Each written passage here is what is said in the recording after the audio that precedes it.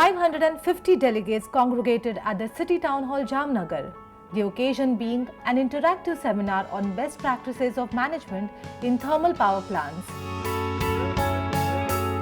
The event, hosted by Team HR-Essar Power under the banner of Essar Power Learning Center, saw CEOs, COOs, function heads, HR heads from the leading power sector companies in India, apart from delegates from the government participants across locations in India. For the last 3 to 4 years, there has been a great stress in the power industry because of the deallocation of the coal blocks, non-availability of the gas and everything. Almost close to 30,000 megawatt power plants are idling because of non-availability of the fuel. While 30,000 megawatt is idling, the remaining capacity, whatever is being utilized, whether we are able to achieve to the best of its efficiencies, that's where this seminar plays a huge role, wherein there is a lot of discussion happens between the various generating plants. Every power plant is unique in its nature. So they share all their experiences while operating, while maintenance, doing best practices are developed in each of the power plant, but they are all in isolated pockets.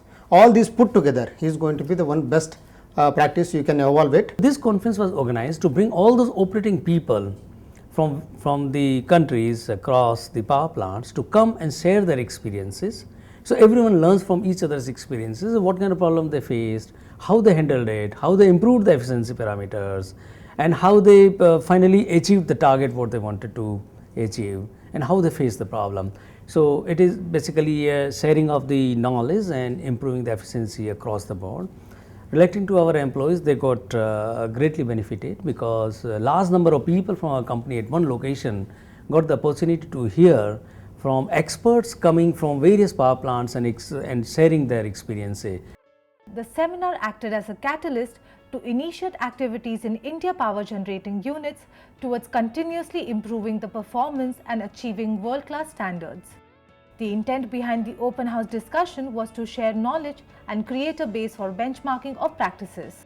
So number one, these kind of sessions, first of all, tell the people who are within the well that, hey, look, there is a larger universe outside of the well.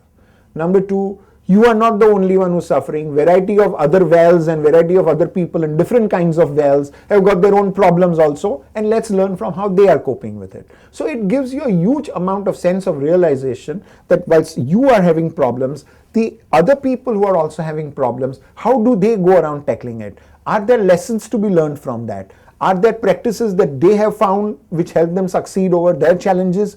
How can we adopt these practices from them to be able to tide our problems out? So it is about, number one, learning the best practices from everywhere, because learning is not limited to any one situation. Learning can happen from any situations. So when you get into these best practices sessions, you get to learn a lot.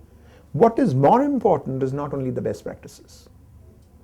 What is more important is the next practices.